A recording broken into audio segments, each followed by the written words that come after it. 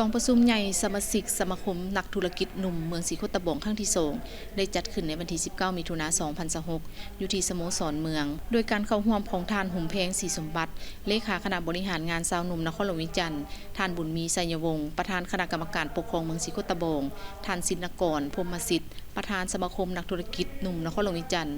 มีเลขาคณะบริหารงานสาวหนุ่มเมืองคณะบริหารงานสมาคมนักธุรกิจหนุ่มสมาชิกและภาคส่วนเกี่ยวข้องในกองประชุมได้รับฟังห่างบทสรุปการนำพาจัดตั้งปฏิบัติเวียกงานของสมาคมนักธุรกิจหนุ่มเมืองศรีโคตบงตลอดระยะ5 ปีผ่านมาและทิศทางในต่อหน้าโดยแสดงให้เห็นผลงานผลสำเร็จหลายด้านซึ่งสมาคมนักธุรกิจหนุ่มเมืองศรีโคตบงมีสำนักงานตั้งอยู่บ้านนาเราเป็นองค์การจัดตั้งหนึ่งที่อยู่ภายใต้การนำพาที่นำโดยกงและหอบด้านของเลขาพรรคเมืองคณะบริหารงานสาวหนุ่มเมืองเป็นองค์การจัดตั้งที่เต้าโฮมเอานักธุรกิจหนุ่มในขอบเขตเมืองในการเคลื่อนไหวภายใต้รัฐธรรมนูญและกฎหมาย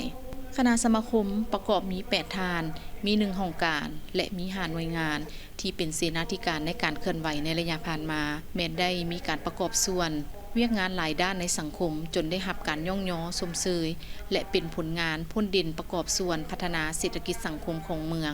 โดยในตอนหน้าจะได้สืบต่อให้มีบาทก้าวที่ขยายตัวหลายกว่าเก่า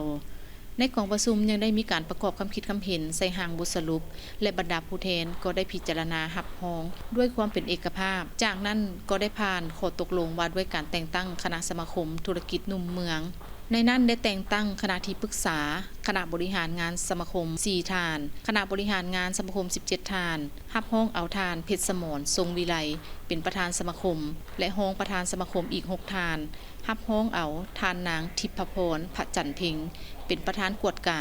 ฐานวิทยาพิรพันธ์เดชเป็นห้องประธานกวดกาและฐานนางดาราเฮืองวิไลพันธ์เป็นคณะพร้อมด้วยแต่งตั้งกองเลขาช่วยเวียกในกองประชุมบรรดาท่านที่ถูกแต่งตั้งได้ขึ้นรับข้อตกลงเพื่อเป็นการยั่งยืนอีกด้วย